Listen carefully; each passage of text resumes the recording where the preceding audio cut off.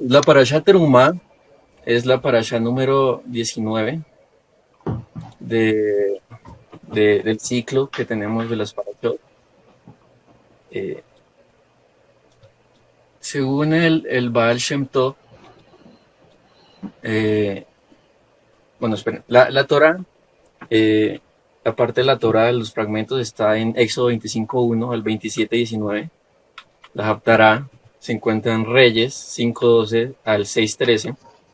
La Brit Hadashah se encuentra en Hebreos 8:1 al 6 y el capítulo 9 del 23 al 24.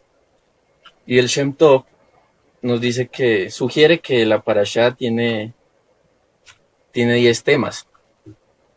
El primero es que Hashem indica a Israel que traigan contribuciones de determinados materiales para la construcción del Mishkan. Eso está en el capítulo 25 del 1 al 9. Después encontramos que le indica a Moshe construir el arca en el 25, 10 al 16, con su cobertura, obviamente, el caporet. En el capítulo 25, 17 al 22, el cuarto tema sería la mesa del pan de la presencia. El quinto tema sería como tal la menorá, la construcción de la menorá. Después las cubiertas del Mishkan y todo eso. Las paredes del Mishkan y sus componentes. El paraojet, que es la tela que divide el lugar santísimo del tabernáculo. El altar, que estaba afuera. Y el atrio del Mishkan. Esos son los 10 temas que nos sugiere el Shem Tov. Y entonces, eh, antes de empezar a estudiar la parte literal, porque voy a usar un modelo 3D del Mishkan para explicarles todo eso, la distribución y todo eso, me gustaría traer a colación una enseñanza un poco que enseñó, que alguna vez escuché del Rabbi Talki. Él decía que la palabra teruma normalmente se traduce como porción o contribución, ¿cierto? Algo así como una ofrenda. Sin embargo, vamos a encontrar que la verdadera traducción o lo que nos quiere decir aquí la Torá es que la palabra teruma es grado de Dios. Eh, quiero enfocar esto como que este versículo representa a las personas que mesiánicos o judíos que toman la Torá de manera superficial, estudian la Torá de manera superficial y no encuentran la esencia. Entonces encontramos que la Torá nos enseña cómo comer, cómo vestirnos, cómo andar, cómo hablar, cómo comportarnos con el prójimo. Y aún así, las personas que estudian todo esto, hacen su checklist, estoy cumpliendo con esto, estoy cumpliendo con esto, estoy haciendo esa mitzvah, estoy haciendo otra mitzvah. Algunas veces no lo hacen correctamente y terminan haciéndolo por ego, por mejorar su personalidad. Entonces soy una persona más interesante si hago estos mis bots y sí, entonces quiero enfocar la charla en eso, pues la primera parte. Rav Shaul en Romanos 7:14 nos enseña, sabemos en efecto que la Torah es espiritual, pero yo soy meramente humano y estoy vendido como esclavo al pecado.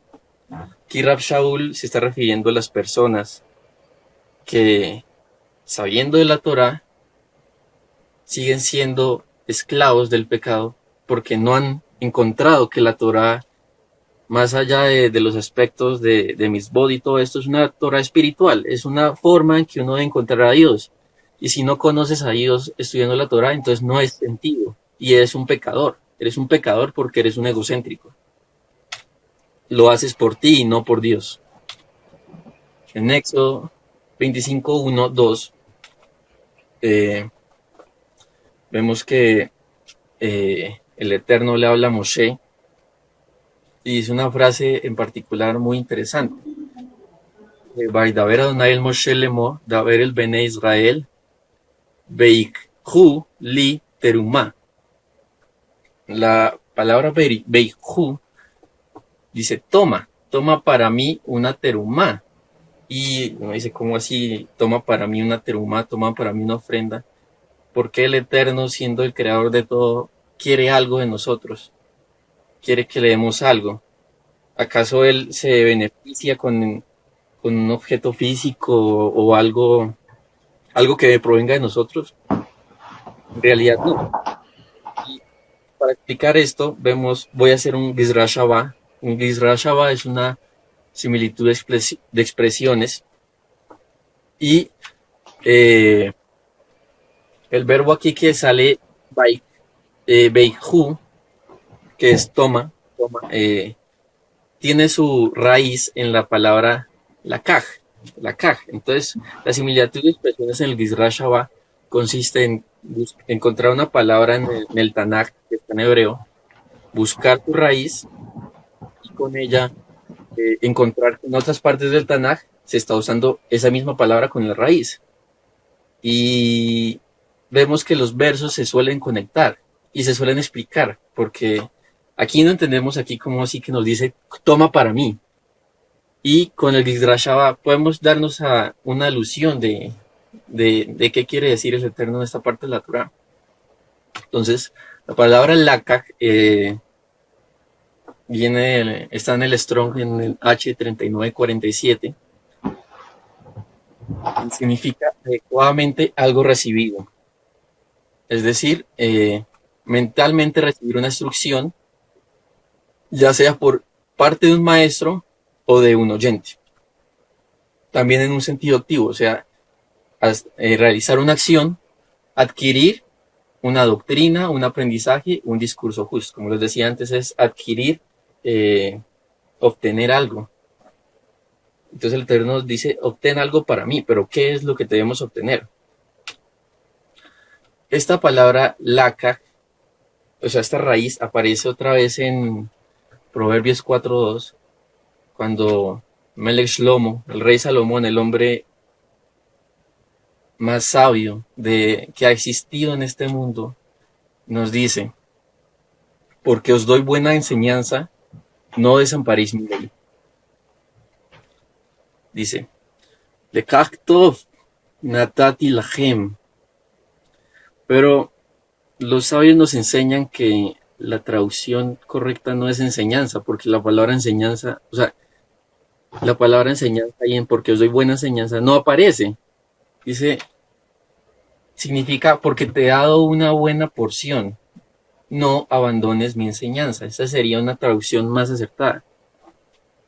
Y como así que la palabra, aquí nos estamos más acercando, porque en Éxodo 25:2 dice, toma para mí algo. En Proverbios 4:2 nos está diciendo, te he dado algo bueno, esta porción. ¿Qué es esta porción que nos da, que nos ha dado el Eterno?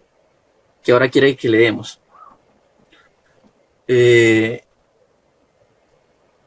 Hay un Midrash que intenta explicar estas palabras del rey Salomón, porque sabemos que él hablaba como en metáforas. Un momento.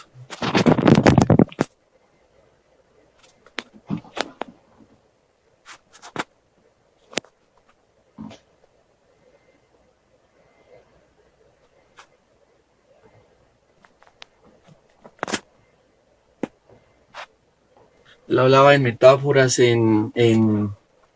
de forma diferente, y vemos que el rey Salomón hace una alusión a la plata y al oro. En Shemot Rabá 33:1 dice que hay una conexión clara entre Éxodo 25:2 y Proverbios 4:2, como les venía diciendo. Además dice que cuando una persona compra algo, compra oro, por ejemplo, va a comprar va a comprar algo, no pongamos en términos de joya aún, suele comprar las cosas mal, porque a veces ve solo la parte superficial en lugar de ver todo. Entonces, el Midrash nos dice, cuando la gente compra cosas, su compra tiene oro pero no plata, o plata pero no oro. Pero la compra que tengo para usted tiene plata y tiene oro.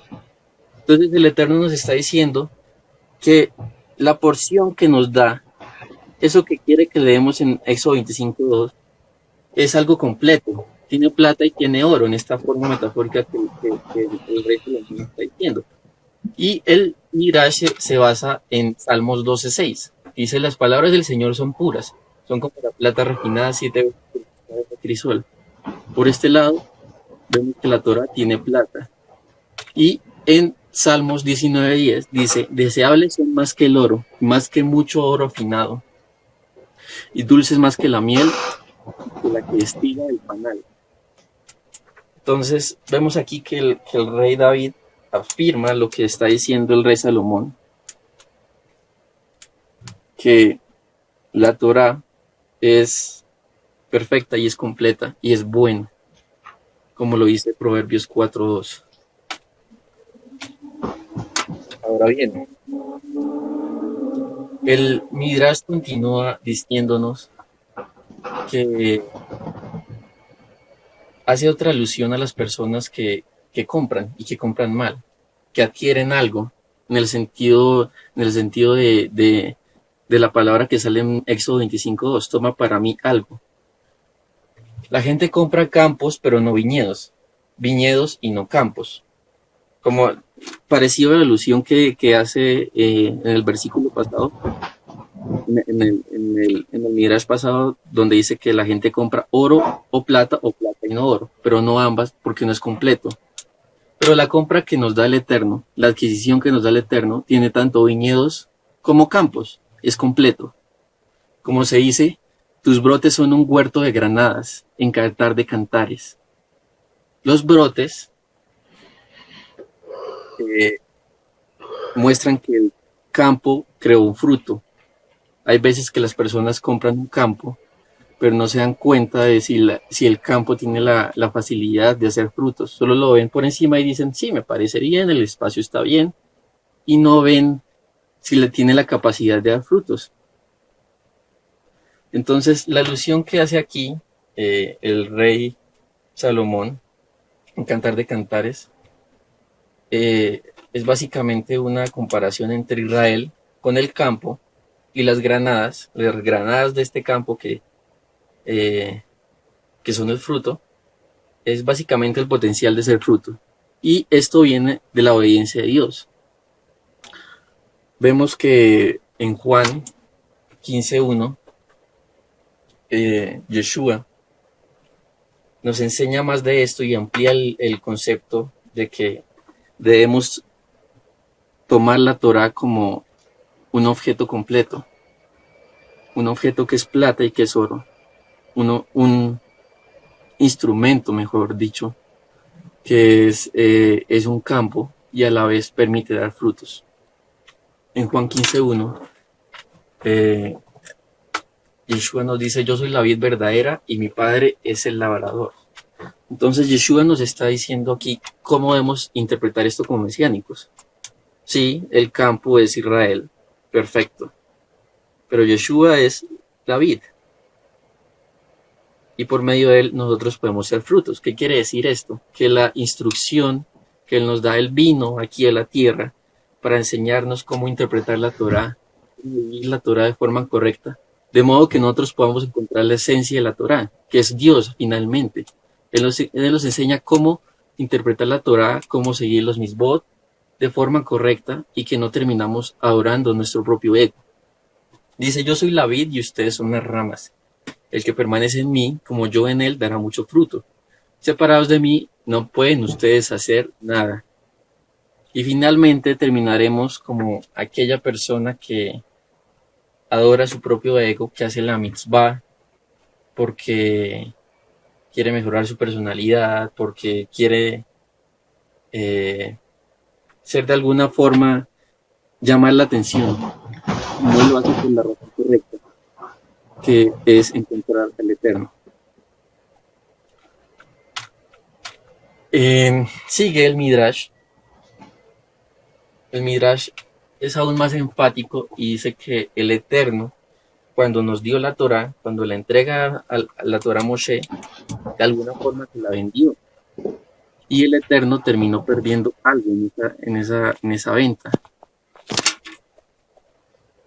Dice, Hay compras que el que las vende se vende junto a ellas. El santo bendito le dijo a Israel, te vendo mi Torá, y como si tal cosa pudiera ser, me venden junto con ella, como se dice, y me traerán regalos. Esto es similar a un rey que tenía una hija única. Uno de los reyes vino y la tomó y trató de regresar a su tierra para casarse con ella. Él le dijo, mi hija que te he dado es la única. No puedo soportar separarme de ella, pero decirte que no puedes llevártela también es imposible, ya que es tu esposa. Más bien, hazme este favor, que donde quiera que vayas, me hagas una habitación pequeña, una quitona, para que pueda vivir contigo, porque no puedo dejar a mi hija.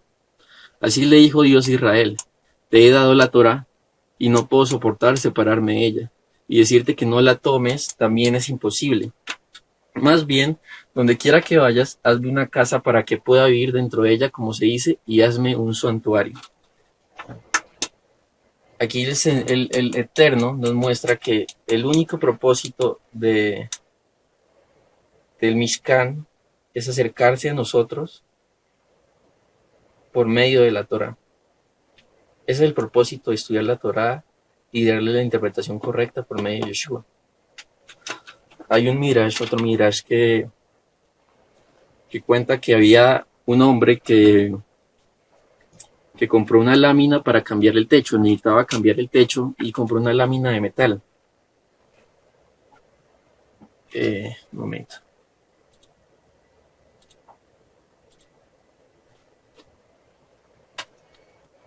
Cuando este hombre compró una lámina de metal, eh, finalmente no la terminó usando y meses después dijo, necesito vender esta cosa porque nunca la he usado. Entonces fue a su vecino y su vecino finalmente se la compró.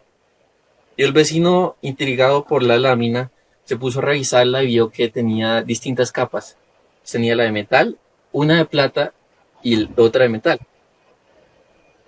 Entonces era un hombre correcto y regresó al vecino y le dijo, la lámina de metal que me vendiste del techo tenía en una de sus capas una capa de plata. Y pues eso es valioso. Entonces vamos al Beidín y el Beidín decidirá quién se debe quedar con la lámina finalmente. Entonces ellos fueron a los ancianos del Beidín. El Beidín es la corte de los jueces que deciden finalmente qué es lo correcto y qué es lo incorrecto. Y el Beidín, después de una larga discusión, dijo, los hombres que, el hombre que se debe quedar con la lámina de metal es, es el que la compró, el segundo que la compró. Y el primero que la compró dijo, ¿por qué? Eso sería algo como un robo para mí porque yo no sabía qué es lo que estaba vendiendo. Fue un error por ignorancia. Y el Beidín le respondió, precisamente, tu error de ignorancia, tu error fue no saber qué era lo que tenías. Y por eso no mereces tenerlo. Y es exactamente lo que nos pasa con la Torá. Si no sabemos qué es la Torá a fondo, cuál es el propósito de la Torá, cómo debemos interpretarla, entonces finalmente no merecemos tenerla. Continuamos con un momento, les comparto otra vez la pantalla.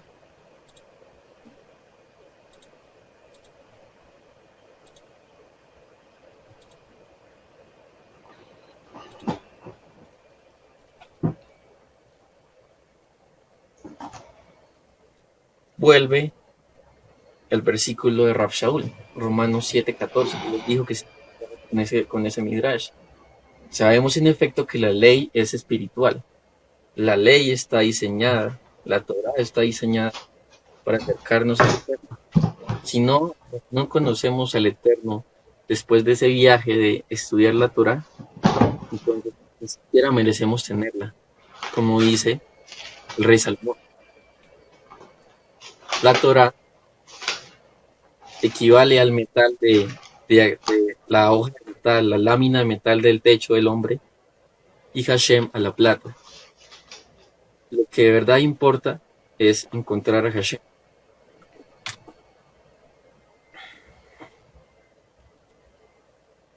Y me recuerda una explicación que hace el rabino Moshe Bogolmitsky en su libro Hablemos de Torah. Y él recuerda que en este versículo, Éxodo 25:2, a ver, el Ben Israel, el Juli, eh, ese Li, se pregunta, ¿por qué Li? ¿Por qué dice toma para mí ofrenda? ¿Por qué le permite tomar para mí ofrenda? Dice que este Li tiene la palabra Lishmi, que significa la gloria de mi nombre. Eso está en el Midrash Tahuma, según Rashi. Y es que el nombre del Eterno solo podía decirse en el Mishkan. De alguna forma el Mishkan nos permite acercarnos a Dios, su presencia habita en ella. Pero cuando no se interpreta correctamente la Torah, cuando no se hacen las cosas bien, entonces el Mishkan, el templo, son destruidos. Y el nombre de Dios y su presencia con ella ya no habitará entre nosotros. No mereceremos estar con la Torah, no mereceremos estar ante la presencia de Dios.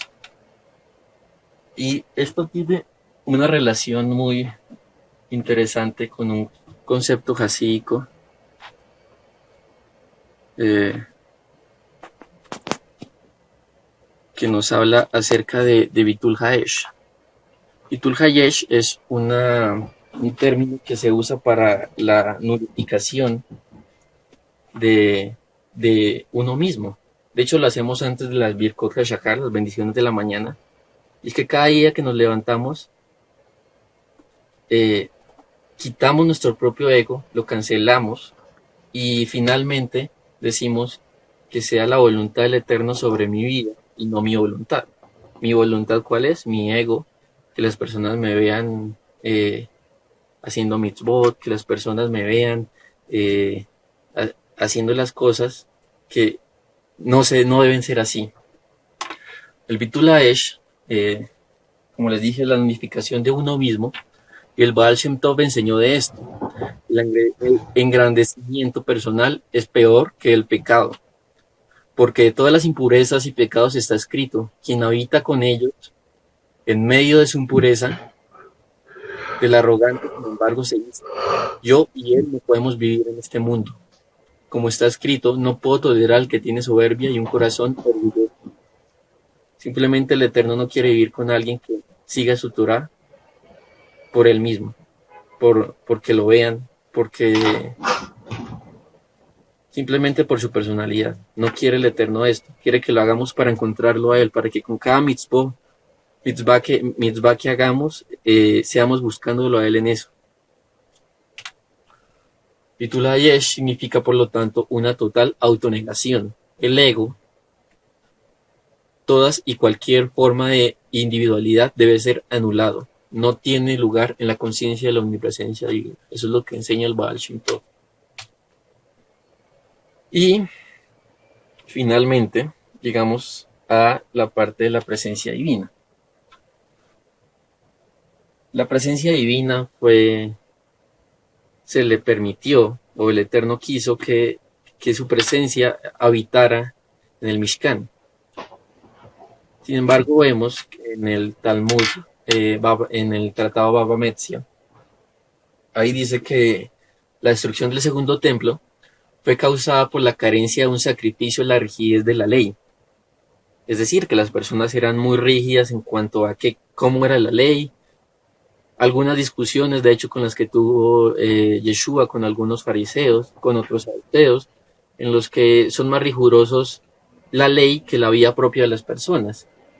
Esta rigidez de la ley llevó a Sinat Hinam. Sinat Hinam es el odio gratuito que fue creado entre los fariseos, los saduceos y las distintas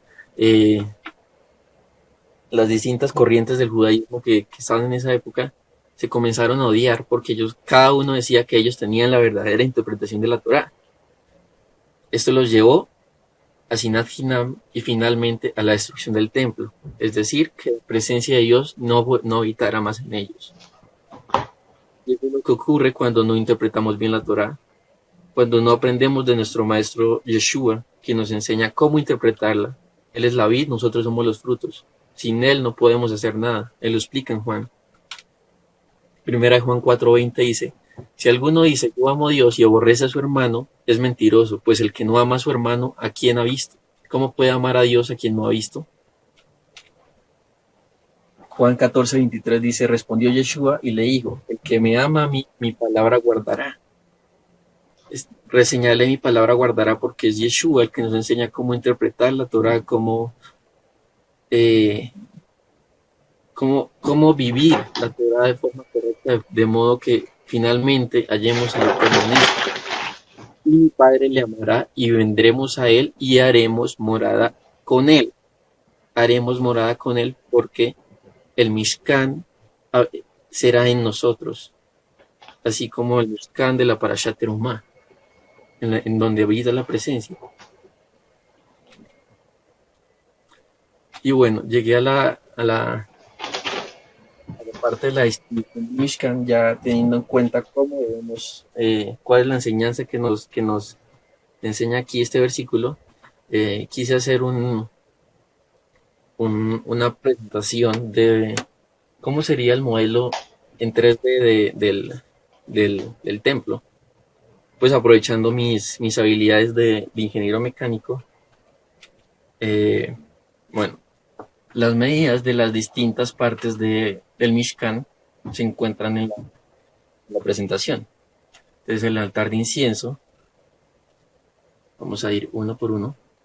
El altar de incienso, eso está en el siguiente para allá, pero bueno, lo menciono acá para pasar por todas las partes.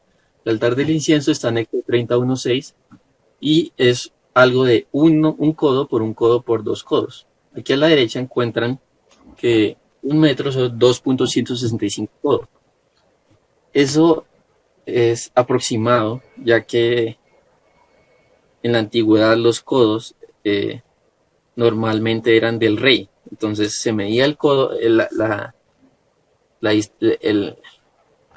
el- el antebrazo del rey de cada imperio y entonces esa era la medida del codo. Entonces el codo del rey de los árabes es distinto al rey de los israelitas, es distinto al rey al rey de los egipcios, todo es muy distinto. Sin embargo, aquí son las medidas que tenía pues el rey de Israel en aquella época. El juez estos deberían ser el codo de Bezalel, quien fue el que construyó el Mishkan. Entonces tenemos que el altar del incienso es 1 por 2 codos. Eh, esto es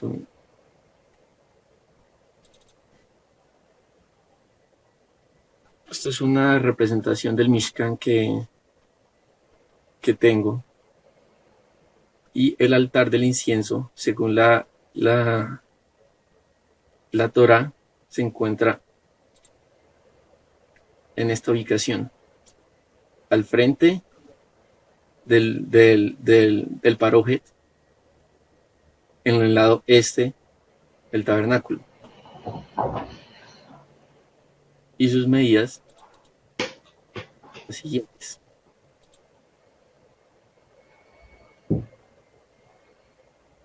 Este es más o menos una interpretación muy básica, un modelo muy básico del altar del incienso. Sin embargo, las medidas son aproximadas. Son muy, muy aproximadas a lo que eran verdad. Entonces,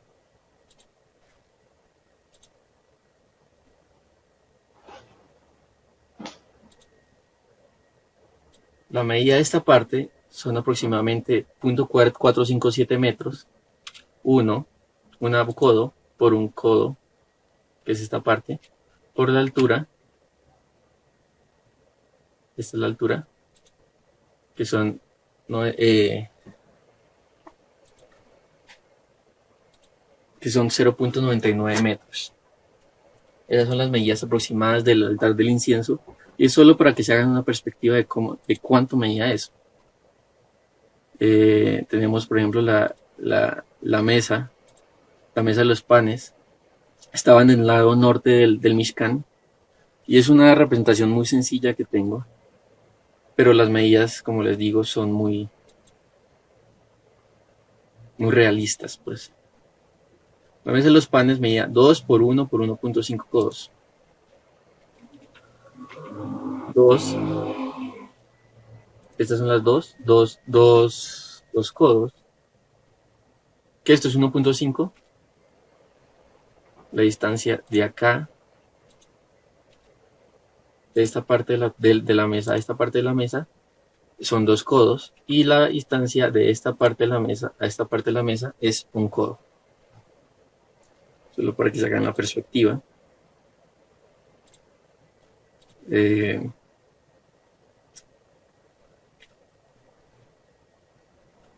lo más interesante de acá que les pueda mostrar es el altar. Miren la ubicación del altar. Y cuando estaban revisando las medidas del altar, de este altar, el de bronce, hubo una discusión en el Talmud entre el rabino Yossi y el rabino Yohanan, porque se supone que debe ser cuadrado, pero no coincidía, no sabían cómo hacer para que un animal quepa ahí. Finalmente, después de una discusión muy larga que pueden encontrar en el Talmud, las medidas son las siguientes: 7 codos esta distancia. Voy a ponerles en metro para que vayan viendo. 7 codos esta distancia. 7 codos esta distancia. Esto, o sea, es un cuadrado de 7 por 7.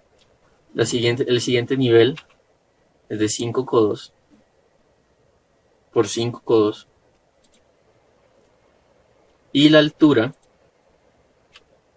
es de un codo de aquí hasta acá.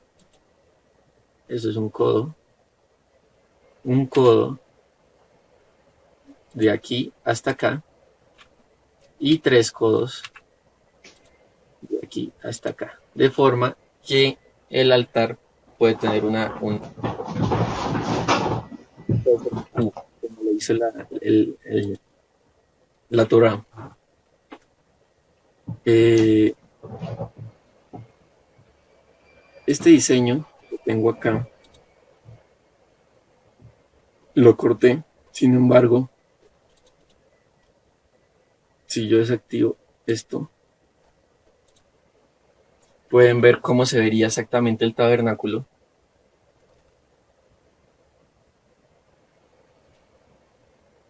en la construcción, después de su construcción. Esta parte que le puse acá, esto es un sticker, y es solo para que entiendan cuál es el norte, sur, oeste y este de su distribución. En cuanto a este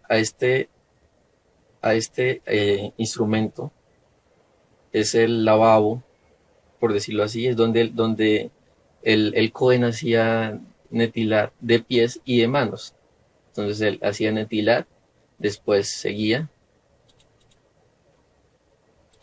entraba al tabernáculo,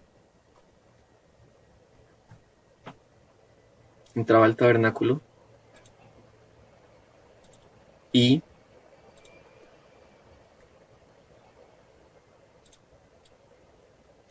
prendía el incienso todas las mañanas, como lo dice la Torah, el incienso. Después seguía, prendía la menorá todas las mañanas, y ese era el servicio que él hacía todos los días. Después hacía el sacrificio, el tamid, todas las mañanas, en el altar de bronce. Entonces, creo que eso sería todo. Bueno, las medidas de todo el tabernáculo del exterior son 100 por este lado, por 100 codos de ese lado, por 50 de este lado. Y las bases son 20 postes a este lado y 10 a este lado. En cuanto a la entrada, tenía 4 distintos. Este que estoy señalando acá, 2, 3 y 4, que eran distintos y que eran propios de la entrada porque la entrada se movía. Entonces, muchas gracias a los espectadores por ver la enseñanza de Perlas de Torá. Síganos siempre. Oscar, ¿estás ahí? Sí, ¿me escuchas? ¿Me escuchas, Sí, sí, Esteban?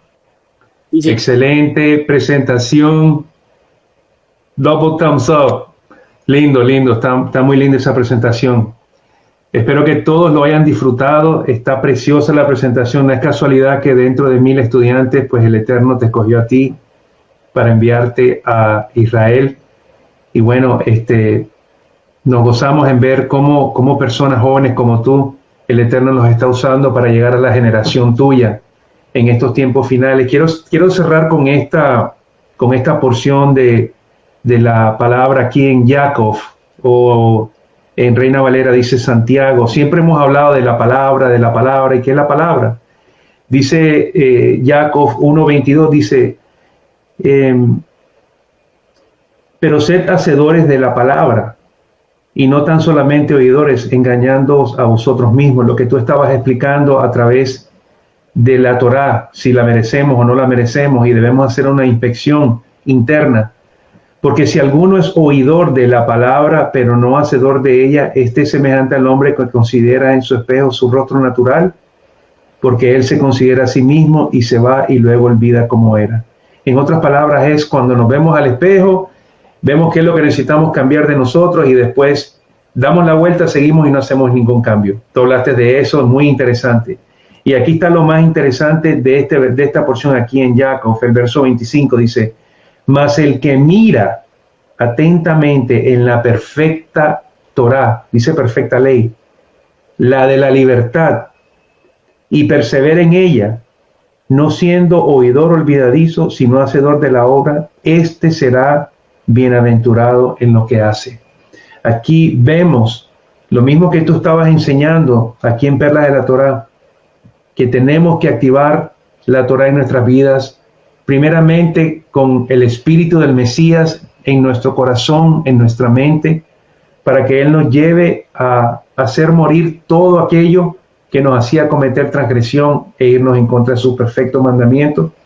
Podemos ver que la Torá trae libertad con el Mesías, obviamente, Ujú. nos liberta, es perfecta. Aquí, esta es una carta de Jacob, y tú no vas a encontrar absolutamente nada que esté mal interpretado sobre la Torá. Todo es perfecto que habla aquí de la Torá. Han habido muchas malas interpretaciones en lo que es Rab Shaul, pero cierro con esto, que es perfecta, que nos trae libertad y que si perseveramos en ella, nosotros vamos a ser muy bendecidos. Gracias, Esteban. Increíble presentación, me gustó muchísimo. La voy a volver a ver, lo de las medidas, me gustó mucho que hayas creado ese modelo. Que el Eterno te guarde y te bendiga. Precioso, Rab Shapira está viendo ahí también, ya está aprendiendo más español. Así que vamos a seguir conversando. Muchas gracias por todo, Esteban. Que el Señor te bendiga. Gracias a los hermanos que estuvieron pendientes de esta presentación. Que el Eterno les bendiga también en todas partes de la tierra. Shalom y buenas noches. Buenas noches, Esteban. Muchas gracias. Buenas noches a todos. Bye bye.